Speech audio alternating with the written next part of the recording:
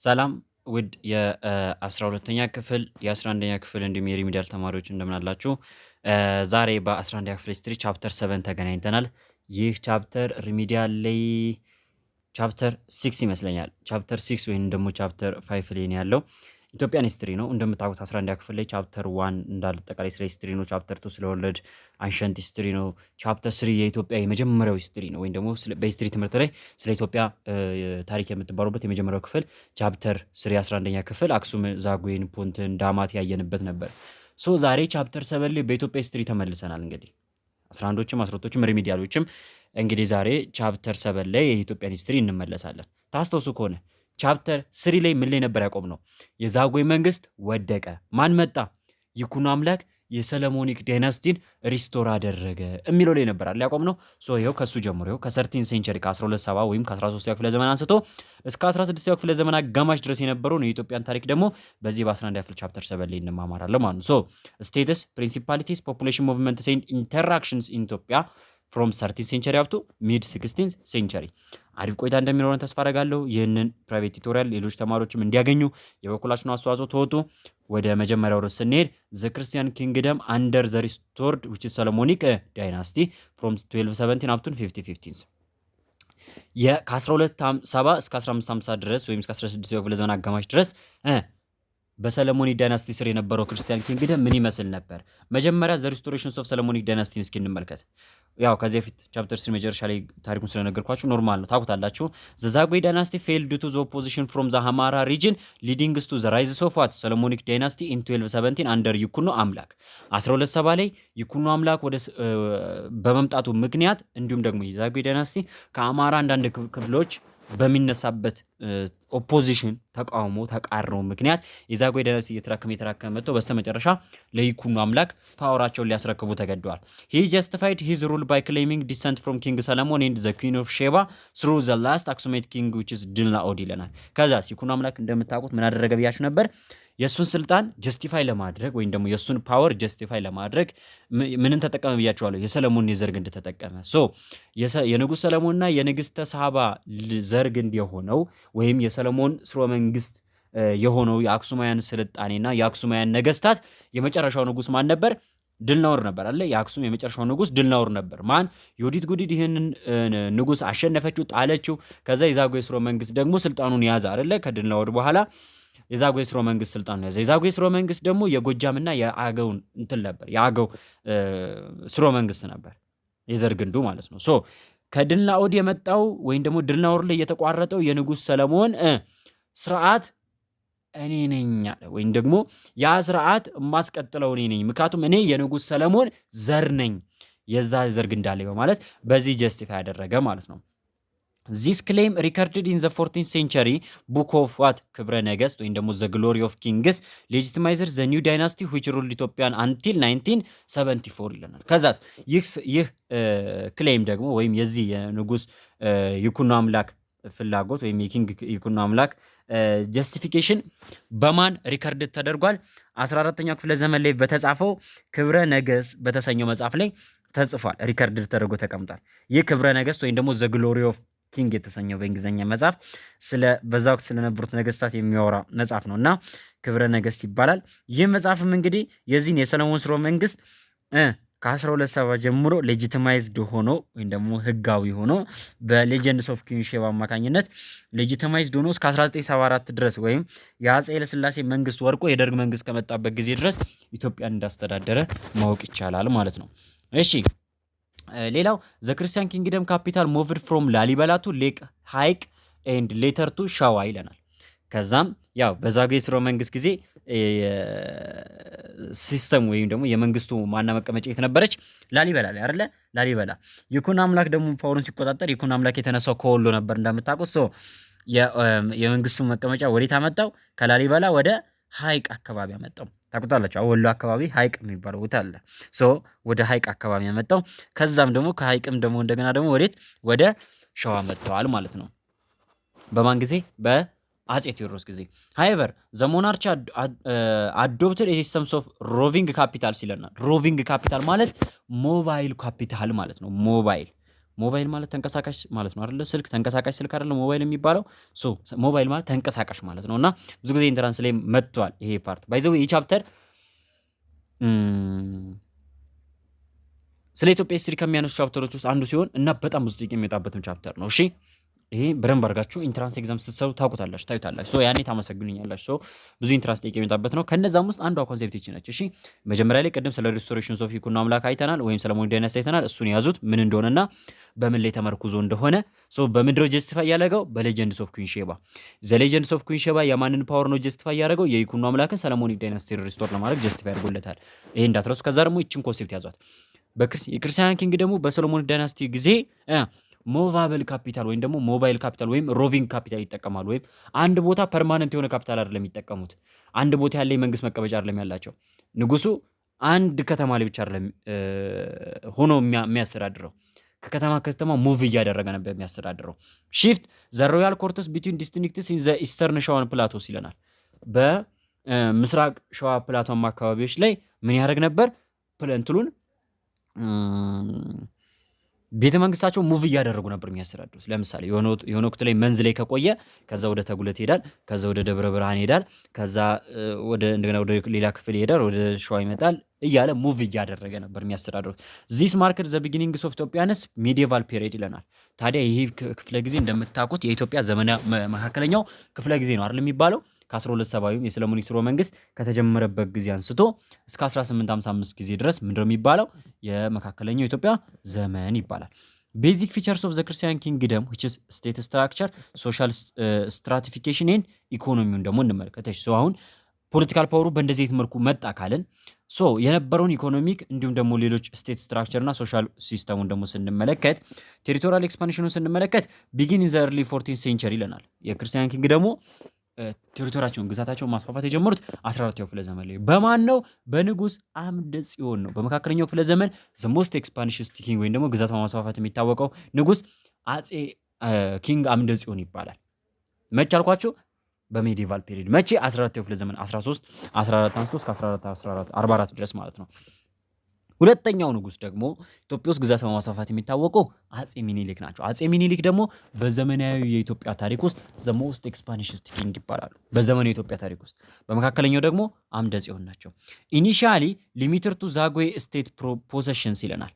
መጀመሪያ ላይ የክርስቲያን ኪንግ ደግሞ ዛጉዌ በያዛቸው ግዛቶች ላይ ብቻ የተወሰነ ነበር፣ ወይም ደግሞ ከዛጉዌ የተቀበሉትን መሬት ብቻ ነበር ያስተዳድሩ የነበረው። ዜን ቫሪየስ ሙስሊም ኤንድ ነን ሙስሊም ስቴትስ ኤግዚስተድ አሎንግ ዘ ኪንግደምስ ፍሮንቲየርስ ይለናል። ከዛ ከኪንግደሙ በተለያዩ አቅጣጫዎች ላይ በምስራቅ፣ በደቡብ ምስራቅ፣ በደቡብ፣ በምዕራብ አቅጣጫዎች ላይ የተለያዩ የሙስሊምና ሙስሊም ያልሆኑ መንግስታት መምጣት ጀመሩ። ለምሳሌ በምዕራብና በደቡብ ምዕራብ ኢትዮጵያ አካባቢ የኦሮሞ ጊቤ ስቴቶች አሉ። የተለያዩ ስቴቶች መመስረት ጀመሩ። እንዲሁም ደግሞ የተለያዩ ክርስቲያን የሆኑ መንግስታትን መመስረት ጀመሩ። ወደ ምስራቅ ስትሄዱ ደግሞ ሙስሊም መንግስታት መጡ። ዜን ኤክስፓንሽን ሌድ ቱ ኮንፍሊክትስ ኢን ኢትዮጵያን ሪጅን ኤንድ ዘ ሆርን ኦፍ አፍሪካ።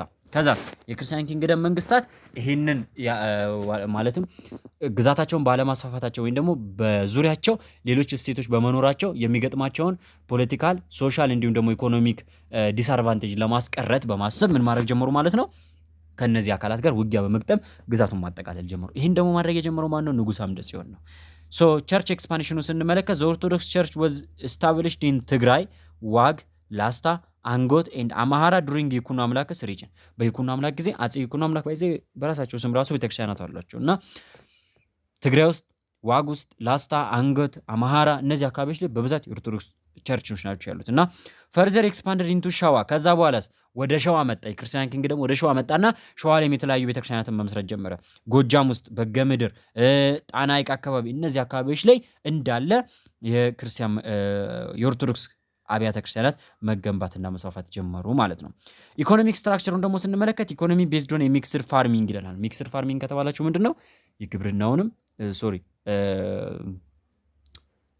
ሚክስድ ፋርሚንግ ከተባለ እንትን ነው አይደለ? ድብልቅ እርሻ ማለት ነው አይደለ? ድብልቅ እርሻ ነው የሚያካሂዱት ማለት ነው። አግራሪያን ኮሚኒቲ ዌር ታይፒካሊ ፕሮስፔረስ ኢትዮጵያንስ ፌውዳሊዝም ኮንሶሊዴትስ ፖለቲካል ኤንድ ኢኮኖሚክ ሲስተም። ከዛ ኢትዮጵያ ውስጥ ደግሞ አሁን ምን አይነት ሲስተም መጣ? ፌውዳሊዝም የምንለው ሲስተም መጣ ማለት ነው። የፌውዳሊዝም ሲስተም መጣ። በሚዲቫል ፒሪድ ላይ ኢትዮጵያ ውስጥ የነበረው ሶሻል ኤንድ ኢኮኖሚክ ሲስተም ምን ነበር? ፌውዳሊዝም ይባላል። ይህንን ያዙ ፕሊስ ያዙ። ቅርብ ዓመት ላይ ኢንትራንስ ላይ መጥቶ ነበረ። ተግባባን። ያዙ ደግሞ ሁሌም አይቀርም። ስለዚህ ቻፕተር ሲጠየቅ አይቀርም ይሄ ነገር እና በዚህ ፔሪድ ላይ የነበረው ወይም በሜዲቫል ፔሪድ ላይ የነበረው ኢትዮጵያ ሶሻል ኤንድ ፖለቲካል ሲስተም ፊውዳሊዝም ይባላል።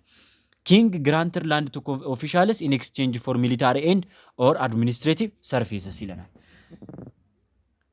9ኛ ክፍል ላይም ተምራችሁታል እና ይሄ የፌዴራሊዝም ስርዓት የሚባለው ምን አይነት ስርዓት ነው ካላችሁኝ ኢቭን ቻፕተር 4 ላይ የአውሮፓያን ሂስትሪን ስንማር ተማምረነዋል።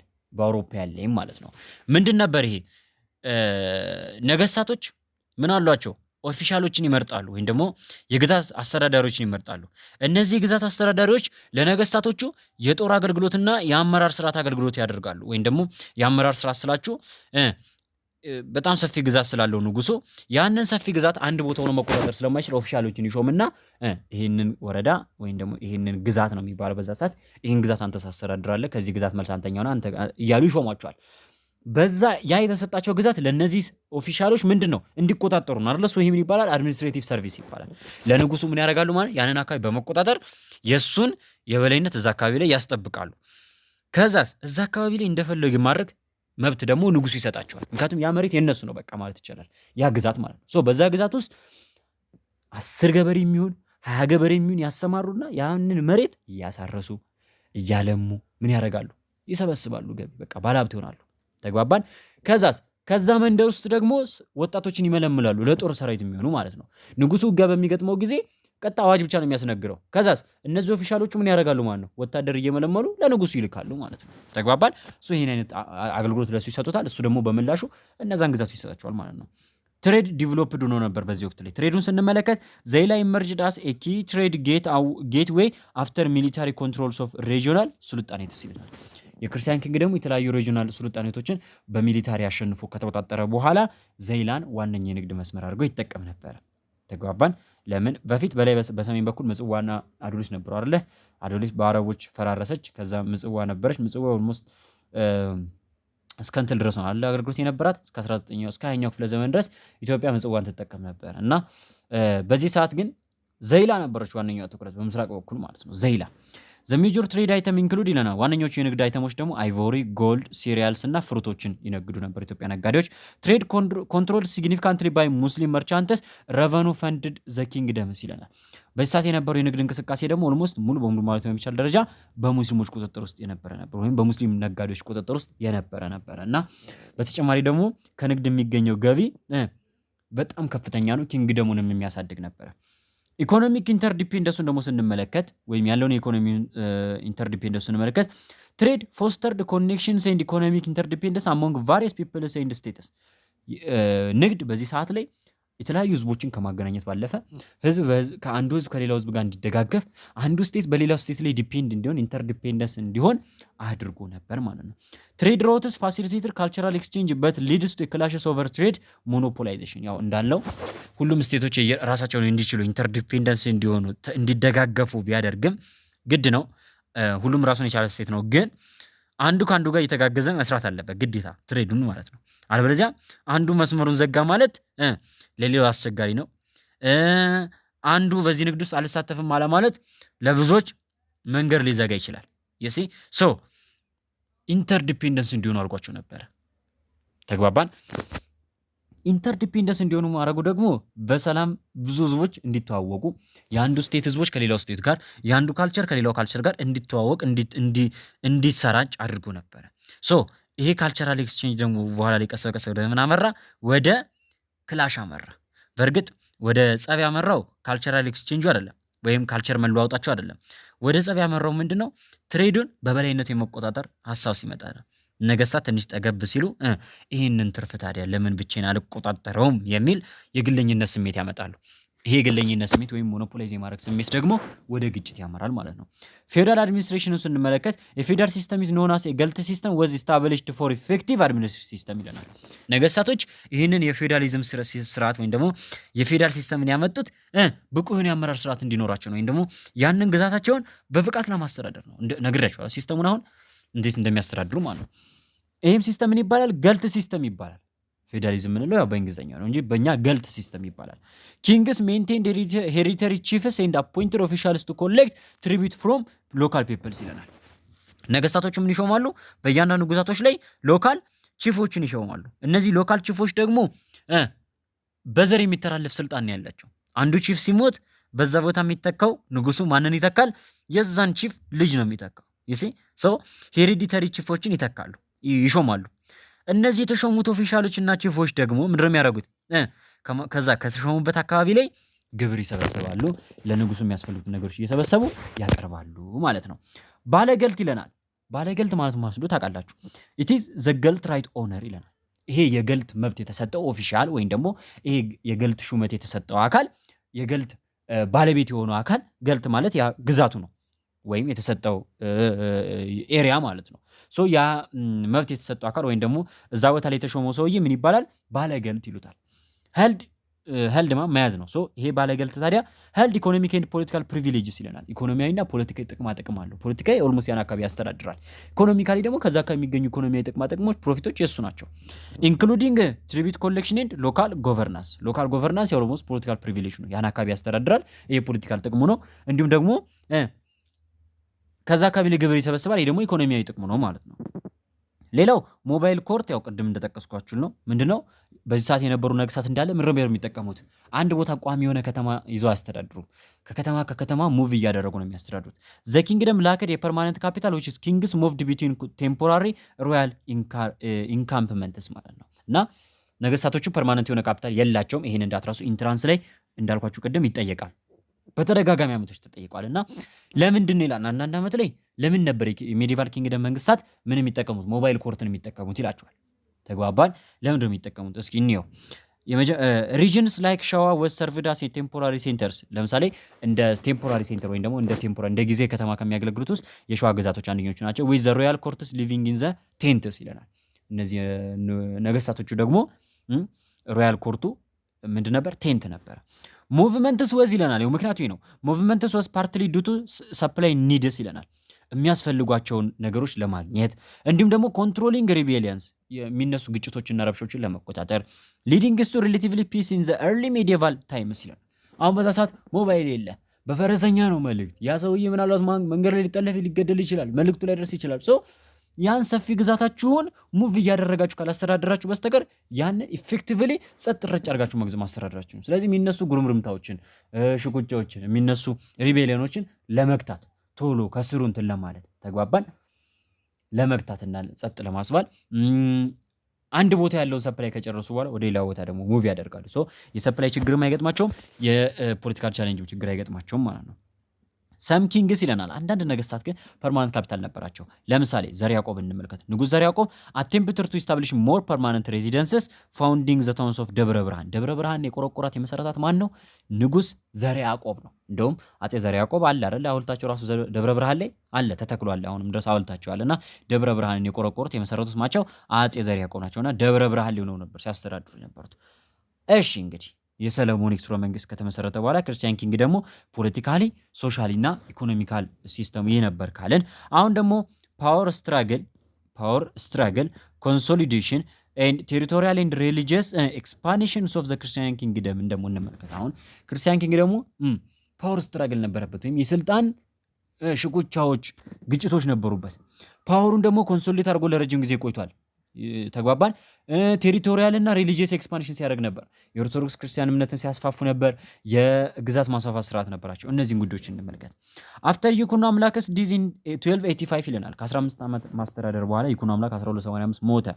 ዘ ዳይናስቲ ፌስድ ኢንተርናል ፖለቲካል ስታቢሊቲ። አንድ ጠንካራ ንጉስ ሲሞትም ሁልጊዜም እንዳያችሁት ከሆነ ምን ይነሳል? ኢንተርናሊ ግጭት ይነሳል፣ ስልጣኑን ለመያዝ ማለት ነው።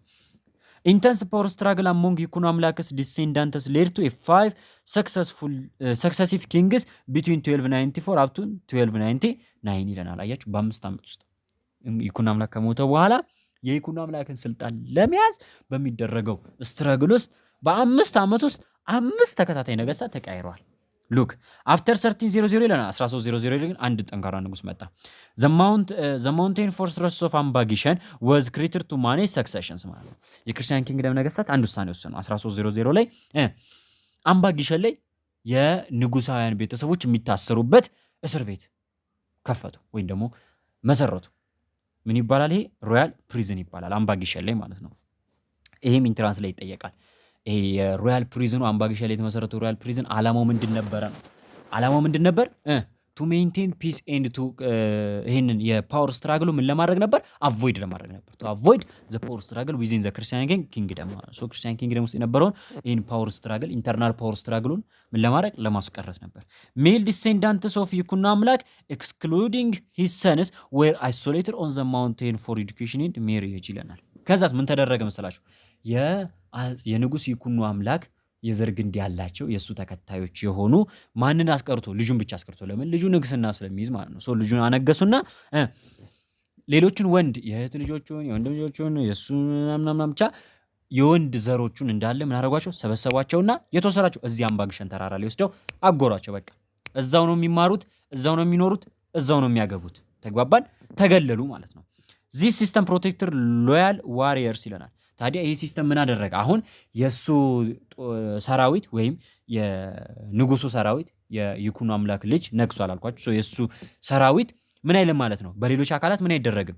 አይጨረበርም፣ ወይም ደግሞ ምን አይደረግም? ያው ሀክድ አይደረግም ማለት ነው። በዘመናዊ ቋንቋ ሀክ እንበለውና አይታለሉም ማለት ነው። እነዛ ቢኖሩ ግን አንዱ ሲከፋፍሉት፣ አንዱን ከአንዱ ሲከፋፍሉት፣ አንዱ ሲከፋፈል ኢቭን ፓወር ራሱ አይኖረውም። ስቴቷ ፓወር ራሱ አይኖራትም። ተግባባል? በዚህ ወንዶች ምናልባት እንደዚህ የድሮ ፊልሞችን ነገስታት ፊልሞች ምናምን ስትመለከቱ አንደርስታንድ ታደርጉታላችሁ። በፊት የነበረ ባህል የትኛውም ዓለም ክፍል ብትሄዱ ማለት ነው። ሶ ይሄን ለማስቀረት ምን አደረጉ? እነሱን አባረሩ። ሶ አሁን የእሱ ተዋጊዎች በሙሉ ልብ ናቸው። ምንድን ነው? አንድ ንጉስ ነው ያላቸው። አንድ የሚሰሙት አካል ነው ያለው። ማንም ይሰልላቸው፣ ማንም ያከፋፍላቸው፣ ማንም ያታላቸው አካል አይኖርም ማለት ነው። ኢት ፋሲሊቴትድ ስሙዘር ሰክሰሽንስ ኤንድ ስቴትስ ኮንሶሊዴሽን አንቲል አምባግሸንስ ዲስትራክሽን ኢን 1514 ይላል። ከዛ 1540 ላይ ይሄ አምባግሸን እንትን እስኪወድም ድረስ ኦልሞስት ለ200 ዓመታት ያክል የክርስቲያን ኪንግ ደግሞ የስልጣን ረብሻ አልነበረበትም። ከዛ በኋላ የሚመጡ ነገስታት ምን ነበር የሚያደርጉት? የእነሱን ሜል ዲሴንደንቶቻቸውን ወይም የወንድ ዘሮቻቸውን እዛ ነበር የሚያጉሩት ማለት ነው። ኪንግ አምደ ጽዮን ይለናል። ኪንግ አምደ ጽዮን 1314 ላይ ነገሰ። ኢኒሺየትድ 1314 ላይ ነግሶ እስከ 44 ነበር ቆይቶ ኦልሞስት ለ30 ዓመታት አስተዳድሯል። ኢኒሺየትድ ቪጎሪየስ ቴሪቶሪያል ኤክስፓንሽን ኢንኮርፖሬቲንግ ኪንግደምስ ላይክ ዳሞት፣ ፈላሻ፣ ጎጃም እነዚህም ብቻ አሉ ብዙዎችን ይዟል። ንጉስ አምደ ጽዮን 1314 ላይ መጣ። ከዛስ ታይቶ ማይታወቅ ዘመቻ ጀመረ። እሱ ምንድነው? የክርስቲያን ኪንግደሙ ግዛት ማስፋፋት ጀመረ። ከፍተኛ በአጭር ጊዜ ውስጥ ዳሞትን ተቆጣጠረ፣ ፈላሻዎችን ጎጃሞችን ተቆጣጠረ ማለት ነው። ሂዝ ኮንኩስት ፕሮቫይድስ ማን ፓወር ኤንድ ትሬድ ሪሶርስስ ኤክስቴንዲንግ ክርስቲያን ኢንፍሉዌንስስ ኢንቱ ኤርትራ ይለናል። ታዲያ የእሱ እንቅስቃሴ ምን አደረገ? አንደኛ ከፍተኛ የሆነ ማን ፓወር እንዲያገኙ፣ የህዝብ ቁጥራቸው እንዲጨምር፣ የሰው ኃይላቸውም እንዲጨምር አደረገ።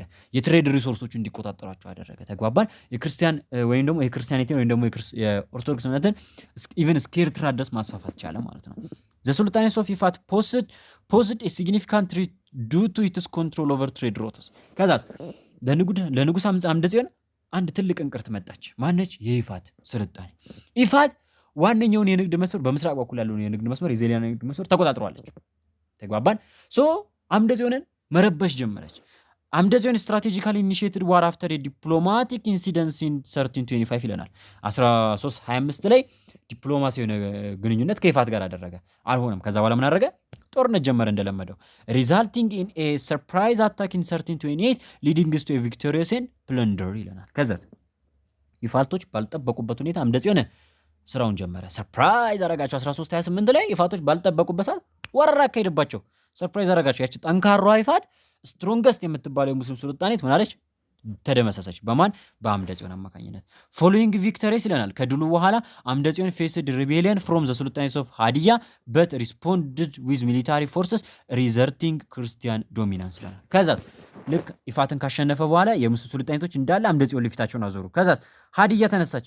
ሃዲያ መጣችና ማንን? አምደ ጽዮን ላይ ቻሌንጅ አደረገችው። አምደ ጽዮን ወዲያው ምን አደረጋት? ሃዲያን ማሸነፈና የክርስቲያን ኪንግደሙን የበላይነት አስጠበቀ።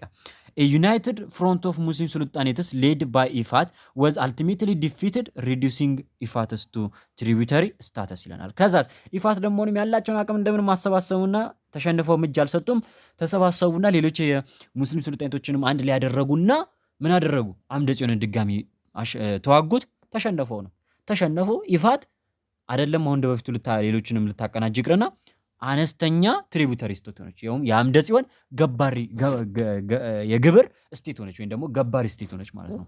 by 1344 Amdezion had expanded the kingdom significantly, but the emergency of the sultans of Adal in the lowlands became a new challenge ይለናል። 1344 ላይ አምደዚዮን እንግዲህ የክርስቲያን ኪንግደሙ በጣም ሰፊ ግዛት አስይዞት ከዚህ ዓለም ተሰናበተ፣ ወይም ከንግስናው ተሰናበተ። የሱ ልጅ ደግሞ ወደ ስልጣን መጣ። የሱ ልጅ ወደ ስልጣን ሲመጣ ግን ሌላ ትልቅ ችግር ተከስቷል እዛ ጋር። ማን ነው እሱም? ዘ ሱልጣንስ ኦፍ አዳል።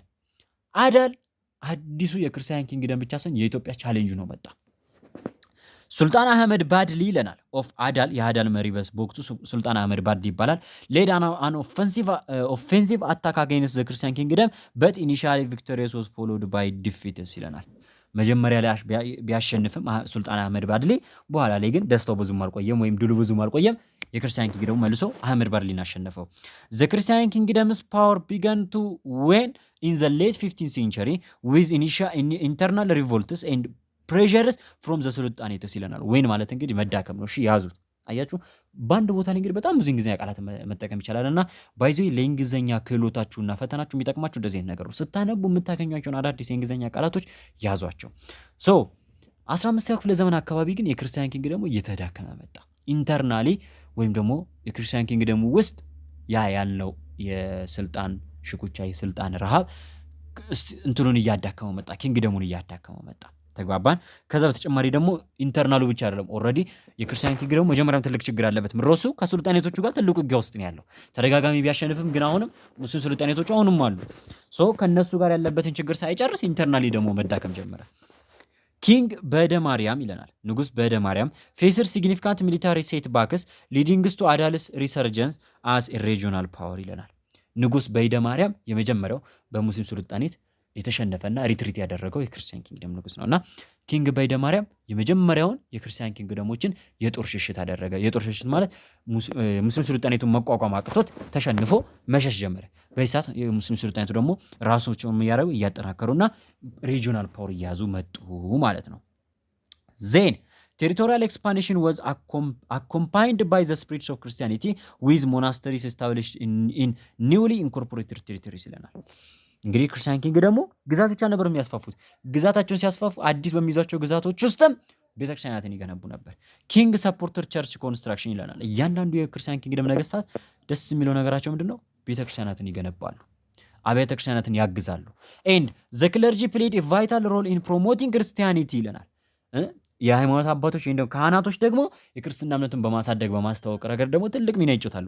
ሌጂቲማይዚንግ ክርስቲያን እርስ ሩል። ይሄ ብቻ አይደለም። የሃይማኖት አባቶች የክርስቲያን መንግስት ነገስታትን ምን በማድረግ ሌጂቲማይዝ በማድረግ ስልጣናቸውን በማጽደቅ በመቀባት ሌላም ሚና ይጫወቱ ነበር።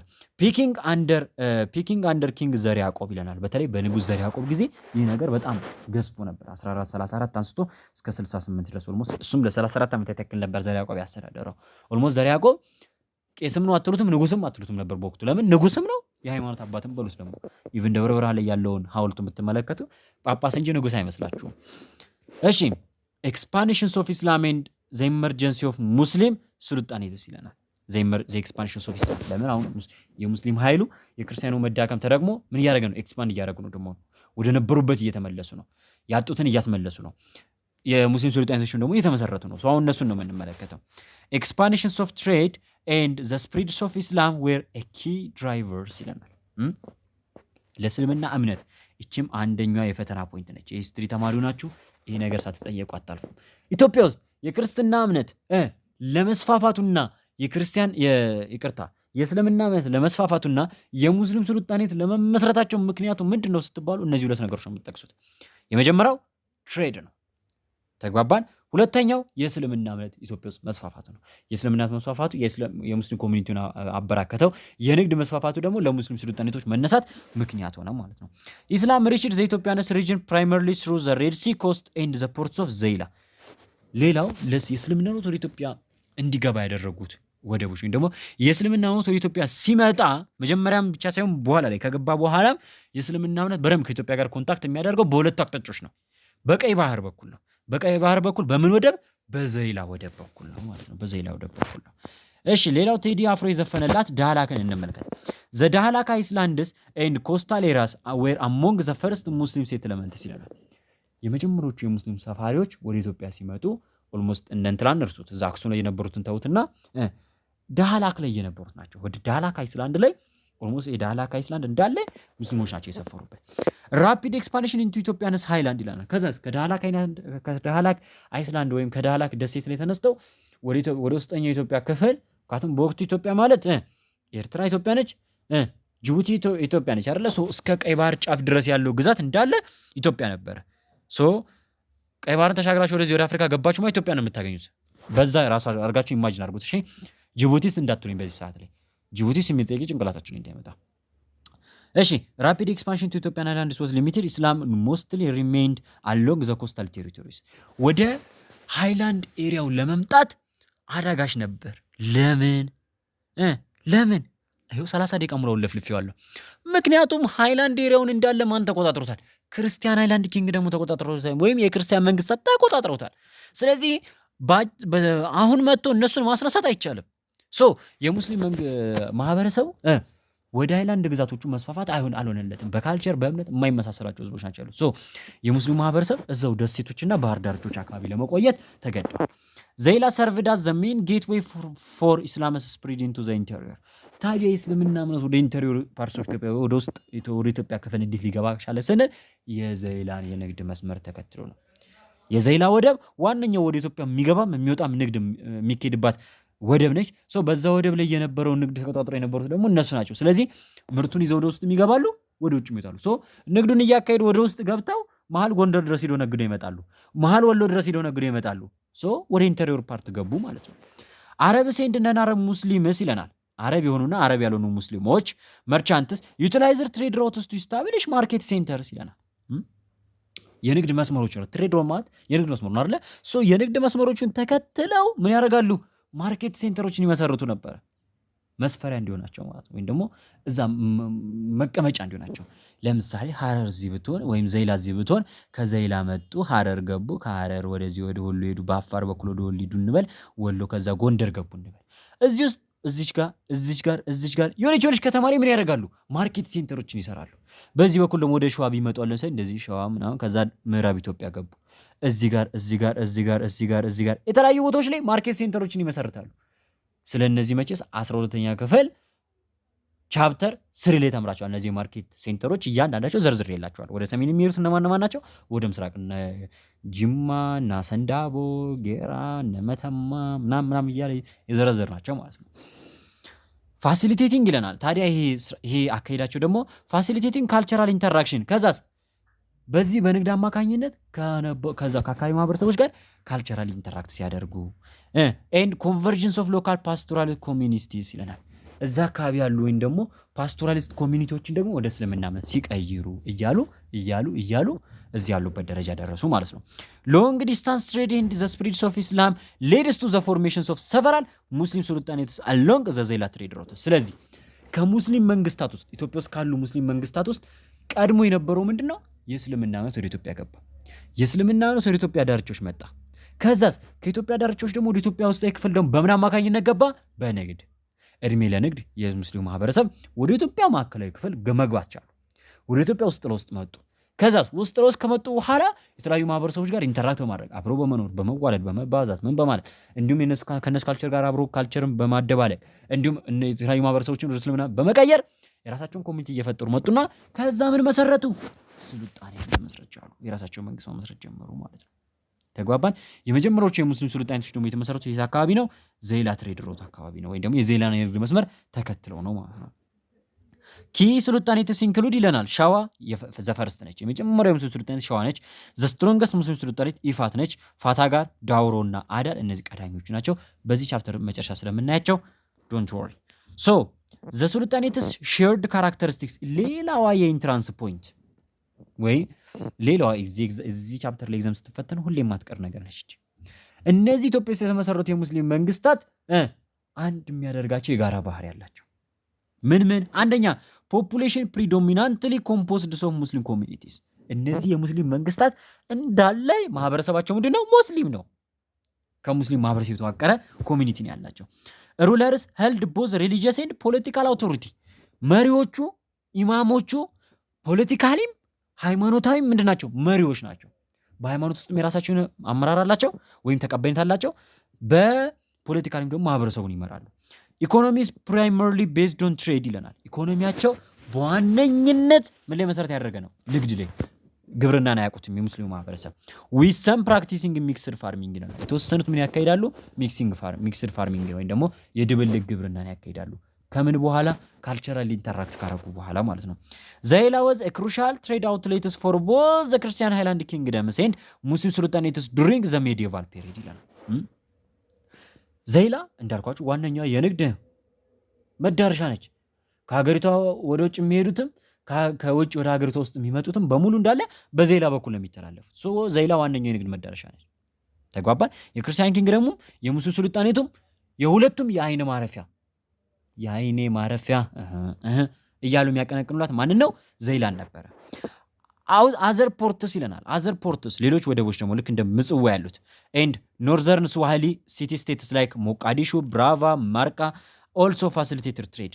ሌላው ኢትዮጵያ ውስጥ ለሚካሄዱት ንግዶች ምጽዋም በክርስቲያን ኪንግደሙ ቁጥጥር ስር ብትሆንም ግን ምጽዋም ሌላዋ የዋነኛው ንግድ የሚካሄድባት ግዛት ነች። ሌላው ደግሞ በሶማሊያ በኩል ደግሞ እንደነ ሞቃዲሾ፣ ብራቫና ማርካ የተሰኙት እንትኖችም ደግሞ ሌላው ንግድ የሚካሄድባቸው መስመሮች ናቸው ማለት ነው። ዘይላ ትሬድ ሮትስ ኮኔክተር ቫሪየስ ስቴትስ ይለናል። ዘይላ ለምን ተመራጭ ሆነች? የዘይላ ንግድ መስመር ብዙ ስቴቶችን ያገናኛል። ፕሮሞቲንግ ሶሾ ኢኮኖሚክ ኤንድ ካልቸራል ኢንተራክሽን አሞንግ ዳይቨርሲቲ ግሩፕስ። ስለዚህ ብዙ ስቴቶችን የሚያገናኝ ከሆነ ብዙ ማህበረሰቦችን ያገናኛል። ብዙ ማህበረሰቦችን ያገናኘ ማለት ደግሞ ሶሻሊ፣ ኢኮኖሚካሊ እንዲሁም ካልቸራሊ ብዙ ማህበረሰብ ኢንተራክት ያደርጋል። እንዲሁም ደግሞ አሁን ሶሻሊ፣ ፖለቲካሊ እና ኢኮኖሚካሊ ኢንተራክት ማድረጉን አይደለም እነሱ የሚፈልጉት። ተግባባን። ንግድ ሰው ይፈልጋል አይደለ? ስለዚህ እነሱ ንግድን እየነገዱ ስለሆነ ብዙ ሰው የሚያገኙበት ደግሞ የዘይላ ንግድ መስመር ነው። ተግባባን።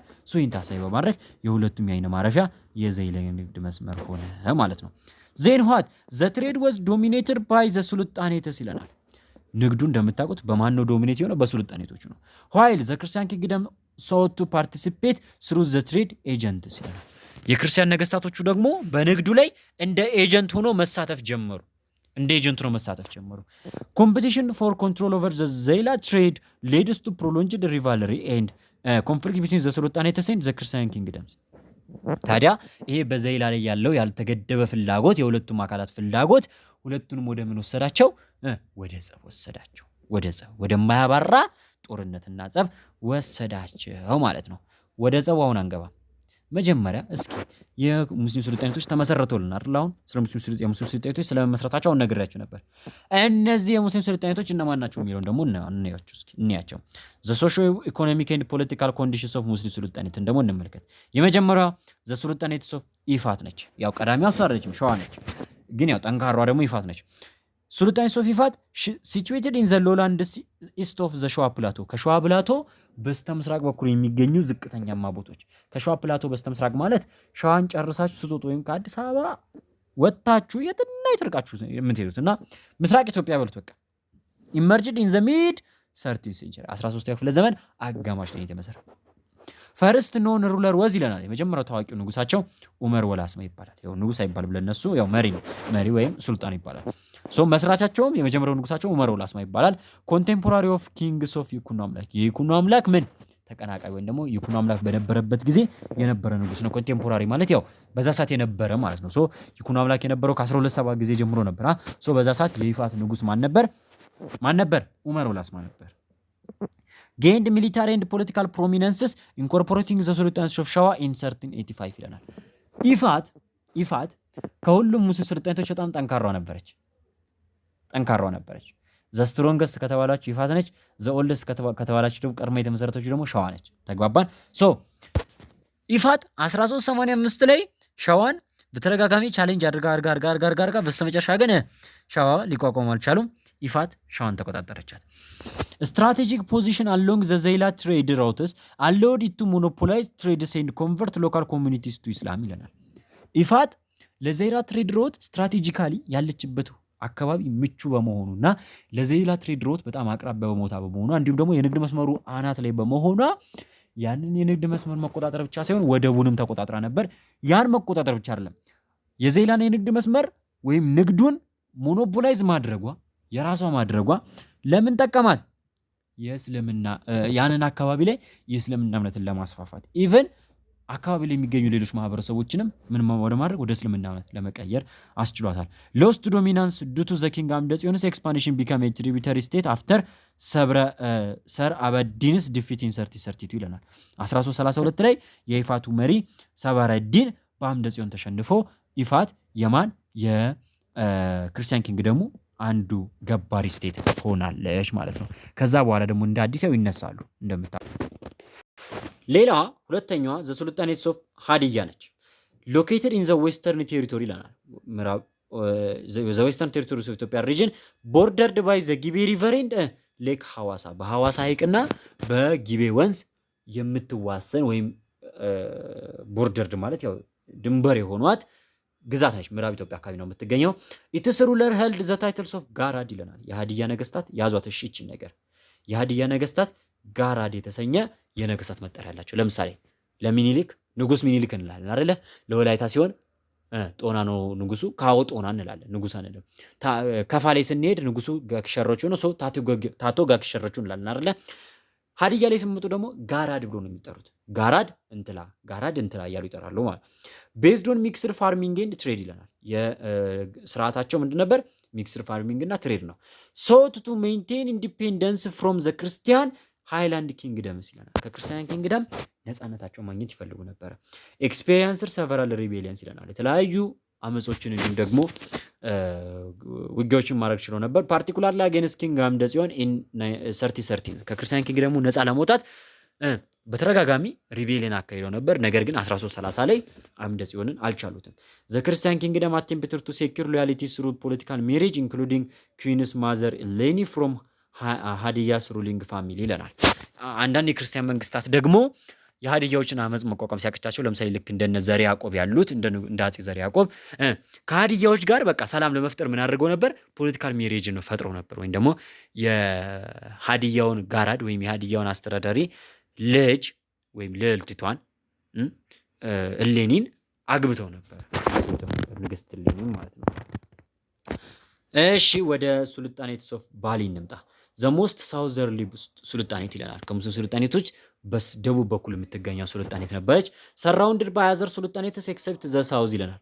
በደቡብ በኩል ነው እንጂ የማትዋሰነው። ለምን? በደቡብ በኩል ሌላ የአፍሪካ ሀገር ነው ያለው ከኢትዮጵያ ስትወጡ እና በሰሜን በምስራቅ በምዕራብ በተለያዩ አቅጣጫዎች ሌሎች ሙስሊም ሱልጣኔቶች አዋስነዋት ነበር።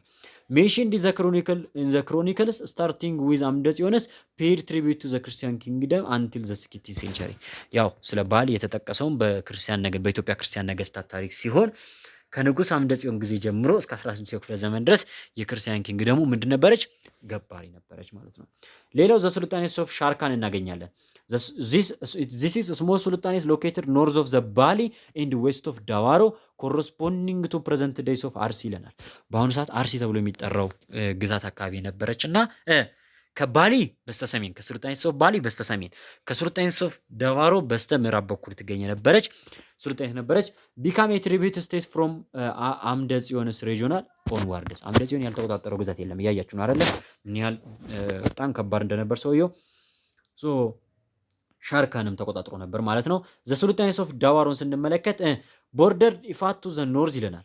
ኢፋትን በሰሜን በኩል ታዋስናለች ወይም ኢፋት በሰሜን በኩል ታዋስናታለች። ይሄ ማለት ዳዋሮ ከኢፋት በስተደቡብ በኩል ነው። ኤንድ በደቡብ በኩል ደግሞ ማን ያዋስናታል? ባሊ። ባሊ በታች አለች፣ ኢፋት በላይ አለች። በመካከል ማን ያለችው ማለት ነው? የዳውሮ ሱልጣኔት ያለው ማለት ነው። ራፍሊ ኮረስፖንዲንግ ቱ ዘ ፕሬዘንት ዴይስ ኦፍ አርሲ ሪጅን፣ በአሁኑ ሰዓት አርሲ ተብሎ የሚጠራው አካባቢ የነበረች ስቴት ነች። ኢንሃቢትድ ባይ ዘ ግሩፕስ ኦፍ ኦሮሞ ኤንድ ሲዳሞ አንሲስተርስ ይለናል። የኦሮሞና የሲዳሞ ማህበረሰቦች ቅድመ አያቶች የነበሩበት አካባቢ ነው። ተግባባን። የኦሮሞ ማህበረሰብ 16ኛው ክፍለ ዘመን ነው እንግዲህ እንደምታውቁት ሙቭመንት አካሂዱ የተለያዩ ግዛቶች ላይ እንትን ያለው አይደለ? ከዛ ሰዓት ጀምሮ ወይም ቻፕተር 8 ላይ የምናየው የኦሮሞ ማህበረሰብ በገዳ ስርዓት የነበረው ኦሮሞ ማህበረሰብ ከሱ በፊት የነበሩ ወይም የኦሮሞ ማህበረሰብ ቅድመ አያቶች እና የሲዳሞ ማህበረሰብ ቅድመ አያቶች የነበሩበት ግዛት ነው። ወይም ደግሞ እነሱ የመሰረቱትና እነሱ ይኖሩበት የነበረ አካባቢ ነው ማለት ነው። ዘ ሱልጣኔትስ ኦፍ ዳርሃ ስሞል ሱልጣኔትስ ኢስት ኦፍ ዘ አዋሽ ሪቨር ብሪፍሊ አንደር ዘ ባሊ ኮንትሮል ቢፎር ቢካሚንግ ትሪቢዩታሪስ ኦፍ ዘ ክርስቲያን ኪንግደም። የክርስቲያን ኪንግደሙ ግዛት ከመሆኑ በፊት ወይም ደግሞ ገባሪ ከመሆናቸው በፊት በባሊ ቁጥጥር ውስጥ ነበሩ። ሌላው ዘ ሱልጣኔትስ ኦፍ ፋታ ጋር እናገኛለን። እነዚህም በአምደ ጽዮን ጊዜ የክርስቲያን ኪንግደሙ ገባሪ መሆኑ የቻሉ ናቸው። ዘ ሱልጣኔትስ ኦፍ አርባምኒ፣ እነዚህም ስሞል ሱልጣኔት ናቸው። ሳውዝ ኦፍ ዛዋሽ ሪቨር ፕራይመርሊ ኖውን ስሩ ዘ አል ኡመሪስ አካውንትስ ይለናል።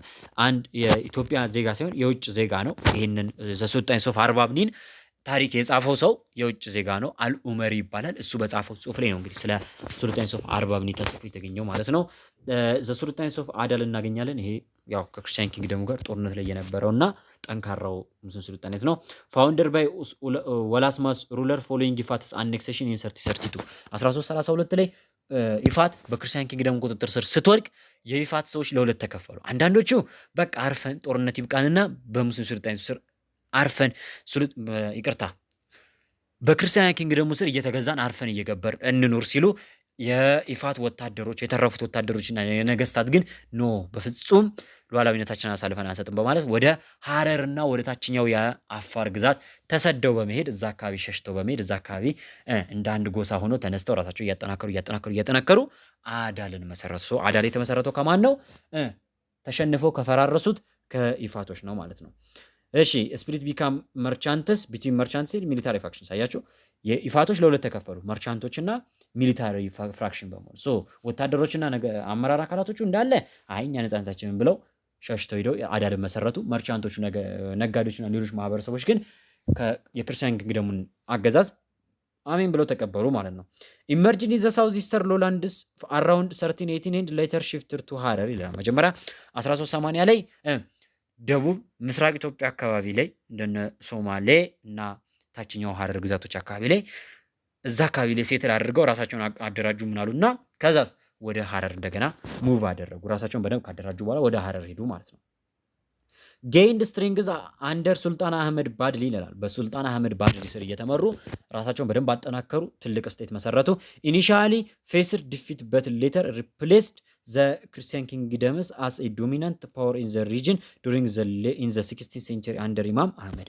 መጀመሪያ ላይ ምንም እንኳን በአህመድ ባድሊ በኢማም ማህፉዝ ምናምን ቢሸነፉም እነዚህንም ኢማሞች ይዘው ቢሸነፉም በኋላ ላይ ግን ኢማም ማህፉዝ ሲሸነፍ የሱን ልጅ አግብቶ ወደ ስልጣን የመጣው ኢማም አህመድ ወይም ኢትዮጵያኖች በሚጠሩት ስሙ አህመድ ግራኝ ወደ ስልጣን ሲመጣ እንግዲህ የክርስቲያን ኪንግደሙ ማሸነፍ ብቻ ሳይሆን የክርስቲያን ኪንግደሙ ቦታ ተክቶ ሰሜን ኢትዮጵያንም መካከለኛው ኢትዮጵያንም ምስራቅ ኢትዮጵያንም እንዳለ አጠቃላይ ይዞ ሲያስተዳድር ነበረ ማለት ነው። ቀጣይ ፖለቲካል ኤንድ ሶሾ ኢኮኖሚክ ኮንዲሽንስ ኦፍ ዘ ዌስተርን ሳውዘርን ሴንትራል ስቴትስ ኢን ኢትዮጵያ። በዚህ ሰዓት ላይ ሌሎቹ ግዛቶችስ ምን ይመስሉ ነበር የሚለውን እናያለን። ለምን ክርስቲያን ኪንግደሙን አየን፣ የሰሜኑን፣ የምስራቁን፣ የመካከለኛውን፣ የደቡቡን አየን። ለምን እነዚህ ግዛቶች ሙስሊም ስቴት ስለነበሩ። አሁንም ደግሞ መካከለኛው ላይና ምዕራብ ላይ የነበሩ ነን ሙስሊም ስቴቶችን ደግሞ በቀጣይ እናያቸዋለን። እነ ቢዛሞ፣ ወጂ፣ ገንዝ ምናምን እንዲሁም እነዚህን ስቴቶች አይተን ከዛ ወደ ማን እንሄዳለን ማለት ነው? ዘ ሱልጣኔት ኦፍ አዳልና ክርስቲያን ኪንግደም ወደ ነበሩበት ሁኔታ እሱን አይተን ከዛ ስለ ፖፑሌሽን ሙቭመንት ደግሞ የምንገባ ይሆናል ማለት ነው። በቀጣይ በሁለተኛው ቪዲዮ እስከምንገናኝ በያላችሁበት መልካም ጊዜ